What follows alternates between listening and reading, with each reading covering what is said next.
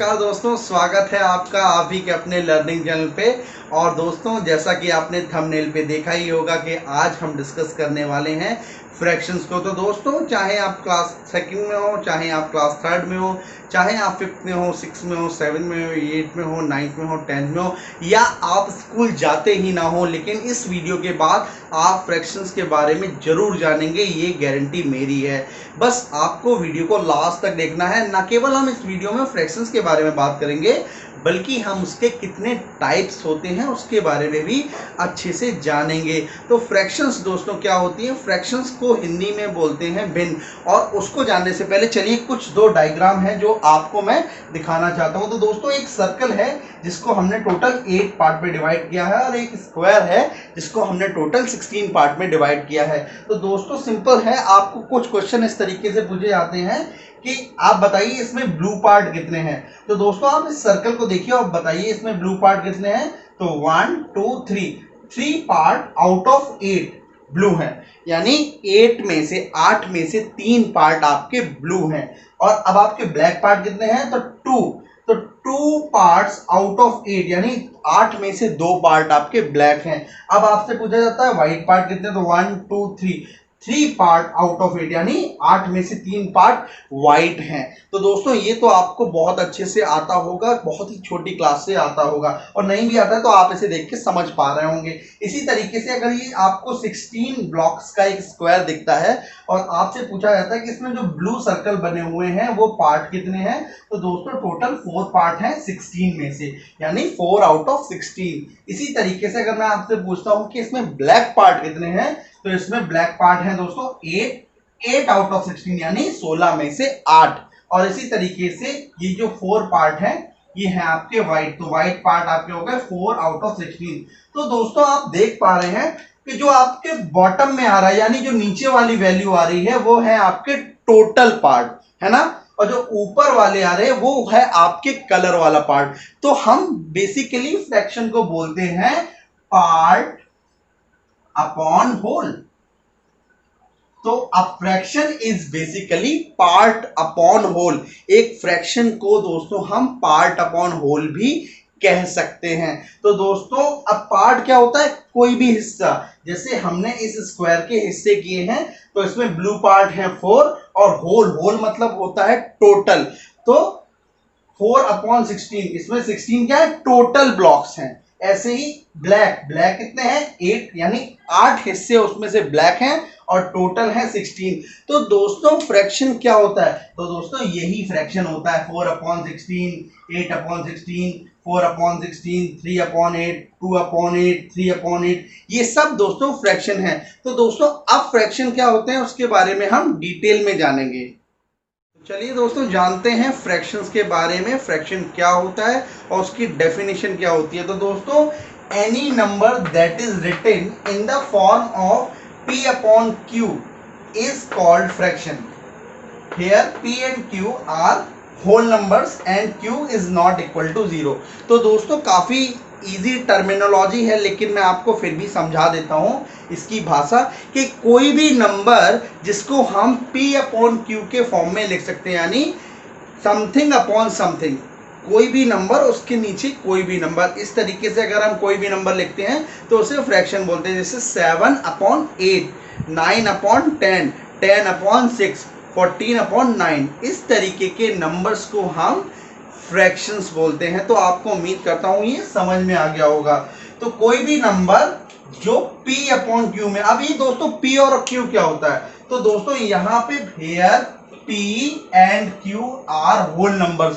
तो p और q की जगह दोस्तों हम कोई भी होल नंबर ले सकते हैं। और दोस्तों एक चीज और याद रखनी है कि दोस्तों जीरो, q जो है आपकी q की वैल्यू जीरो नहीं हो सकती, यानी जो वैल्यू आपकी जो नीचे आती है उसको हम जीरो नहीं ले सकते। क्यों नहीं ले सकते इसके बारे में भी हम बताते हैं कि अगर हम किसी भी नंबर को जीरो से डिवाइड करते हैं तो 0 1 जा 0, 0 2 जा 0, 0 3 जा 0, 0 4 जा 0, 0 100 जा 0, 0 1 करोड़ का जीरो, तो जीरो को आप किसी भी नंबर से दोस्तों मल्टीप्लाई करेंगे तो आपका आंसर जीरो ही आना है। तो जब भी हम दोस्तों किसी भी नंबर को जीरो से डिवाइड करते हैं तो हम उसकी वैल्यू को लिखते हैं नॉट डिफाइंड।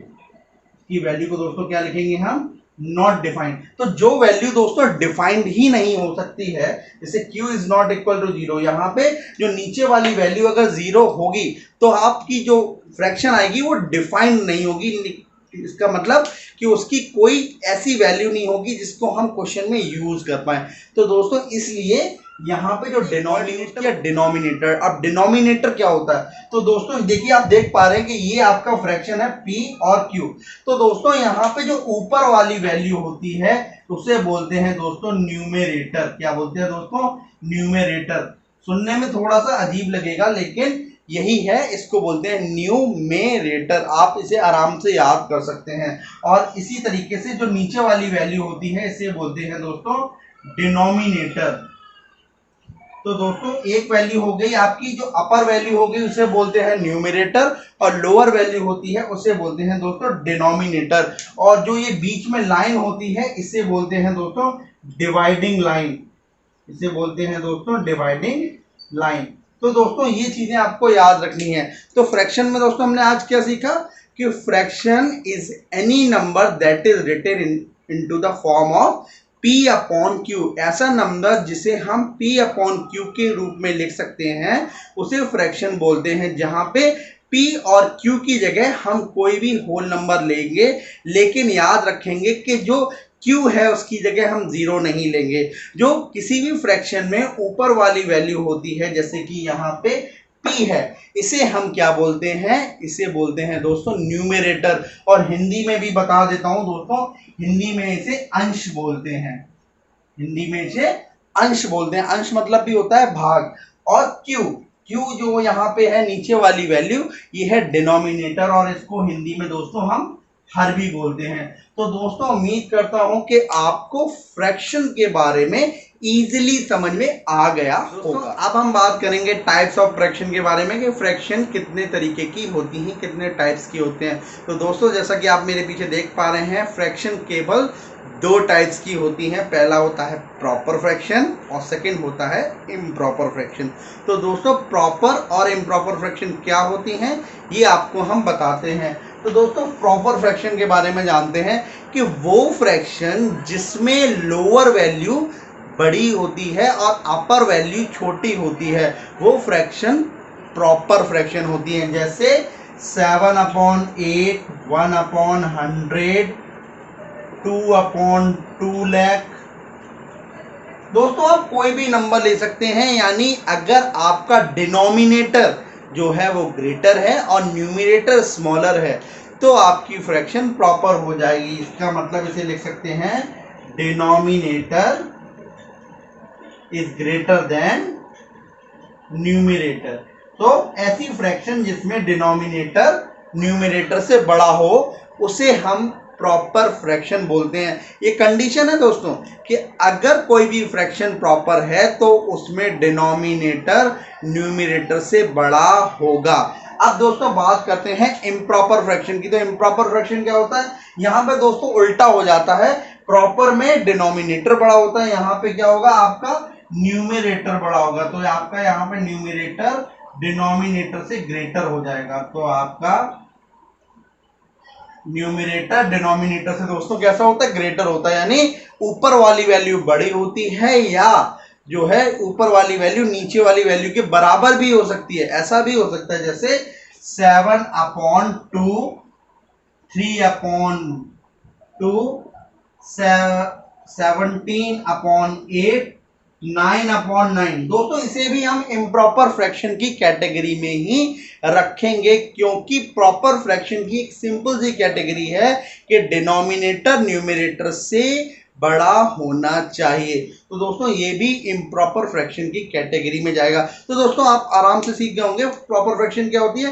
प्रॉपर फ्रैक्शन वो होती है जिसमें ऊपर वाली वैल्यू नीचे वाली वैल्यू से छोटी होती है, और इम्प्रॉपर फ्रैक्शन में अपर वैल्यू जो होती है वो बड़ी होती है और लोअर वैल्यू जो होती है वो छोटी होती है। यानी अगर डिनोमिनेटर बड़ा होता है और न्यूमरेटर छोटा होता है, मींस डिनोमिनेटर की वैल्यू अगर ज़्यादा है और न्यूमरेटर की वैल्यू अगर कम है तो वो प्रॉपर फ्रैक्शन है, और अगर न्यूमरेटर की वैल्यू ज़्यादा है और डिनोमिनेटर की वैल्यू कम है तो वो होती है इम्प्रॉपर फ्रैक्शन। इम्प्रॉपर फ्रैक्शन में कभी कभी न्यूमरेटर और डिनोमिनेटर दोनों इक्वल भी हो जाते हैं। तो दोस्तों उम्मीद करता हूँ आपको प्रॉपर और इम्प्रॉपर फ्रैक्शन समझ में आई होंगी। तो आपने जाना प्रॉपर और इम्प्रॉपर फ्रैक्शन के बारे में। अब दोस्तों बात करेंगे क्या फ्रैक्शन प्रॉपर और इम्प्रॉपर तक ही सीमित होती हैं। वैसे तो दोस्तों दो ही टाइप होते हैं फ्रैक्शन के, लेकिन जो प्रॉपर फ्रैक्शन होती है उसके भी एक दो टाइप होते हैं और इम्प्रॉपर फ्रैक्शन के भी कुछ टाइप होते हैं। तो दोस्तों पहले बात करेंगे हम प्रॉपर फ्रैक्शन में। तो प्रॉपर फ्रैक्शन में सबसे पहली फ्रैक्शन दोस्तों आती है यूनिट फ्रैक्शन। तो दोस्तों अब आप पूछेंगे यूनिट फ्रैक्शन क्या होती है सर। तो यूनिट फ्रैक्शन दोस्तों वो होती है, unit fraction is a fraction where numerator is 1। Unit fraction वो फ्रैक्शन होती है जिसमें अपर वैल्यू 1 होती है। यूनिट फ्रैक्शन में न्यूमरेटर आपका 1 होता है। आपको सिंपल रखना है, जैसे 1/4, 1/7, 1/9, 1/100, what ever the denominator is. Denominator आपका कुछ भी हो सकता है, लेकिन आपका न्यूमरेटर जो है वो ऊपर वाली जो वैल्यू है वो आपकी 1 ही होगी। तो बेसिकली ये आपकी यूनिट फ्रैक्शन होती है। दोस्तों काफी बार पूछा जाता है कि यूनिट फ्रैक्शन क्या होती है। तो यूनिट फ्रैक्शन वो फ्रैक्शन होती है जिसमें आपका न्यूमरेटर यानी अपर वैल्यू ऊपर वाली वैल्यू 1 हो। तो आपको दोस्तों उम्मीद करता हूं कि ये समझ में आया होगा। अब दोस्तों इम्प्रॉपर फ्रैक्शंस में क्या टाइप होते हैं तो उसके बारे में बताते हैं। तो इम्प्रॉपर फ्रैक्शन के पहले दोस्तों हम टाइप के बारे में डिस्कस करते हैं, उसके बाद में उनके डिटेल के बारे में बताएंगे। तो सबसे पहले दोस्तों इम्प्रॉपर फ्रैक्शन में होता है मिक्स्ड फ्रैक्शन, जो काफी इंपॉर्टेंट है। मिक्स्ड फ्रैक्शन ये इम्प्रॉपर फ्रैक्शन का ही एक पार्ट होता है दोस्तों। इसके बाद मिक्स्ड फ्रैक्शन के बाद अगली फ्रैक्शन आती है दोस्तों लाइक फ्रैक्शन,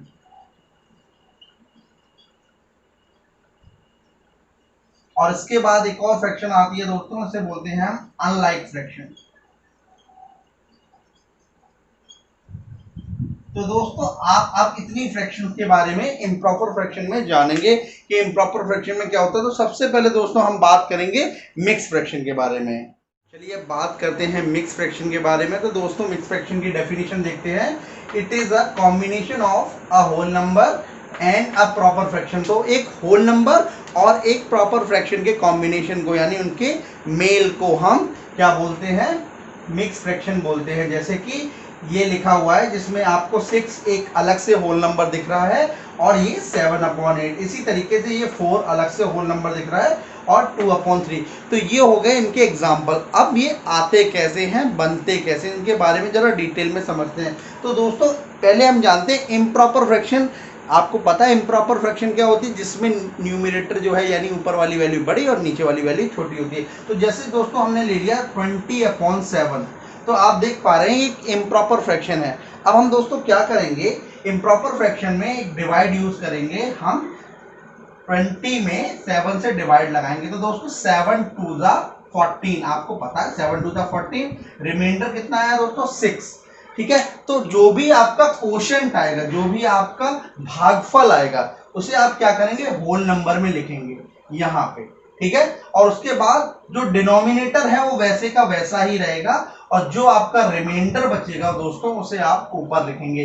तो ये हो गया आपका मिक्स फ्रैक्शन लिखने का तरीका। तो दोस्तों इसका लिखना काफी आसान है। जैसे ऐसे लिखना है, 2 होल, ये होल रहेगा, इसके बाद ये पार्ट रहेगा। ठीक है, 2 होल, ये होल नंबर रहेगा आपका, और ये आपका जो है डिनोमिनेटर रहेगा। तो ये आपका रहने वाला है होल नंबर, ये आपका रहेगा न्यूमरेटर, और ये आपका रहेगा डिनोमिनेटर। तो चलिए दोस्तों एक बार ट्राई करते हैं, इसी नंबर को हम मिक्स फ्रैक्शन में चेंज करेंगे। तो दोस्तों यहाँ पे एक नंबर लेते हैं 37/5, और इसको हमें क्या करना है, मिक्स फ्रैक्शन में लिखना है। तो दोस्तों 37 को हम क्या करेंगे, 5 से डिवाइड करेंगे। 5×7=35। अब आपका रिमाइंडर कितना बचेगा दोस्तों, 2। तो इसे सीधे लिख पाएंगे 7 होल 2/5। तो आराम से लिख पाएंगे 7 होल 2/5। बस दोस्तों याद रखना है कि आपका जो डिनोमिनेटर है वो चेंज नहीं होता है। तो इस तरीके से आप किसी भी इम्प्रॉपर फ्रैक्शन को मिक्स फ्रैक्शन में चेंज कर सकते हैं। दोस्तों अब हम बात करेंगे लाइक और अनलाइक फ्रैक्शन की।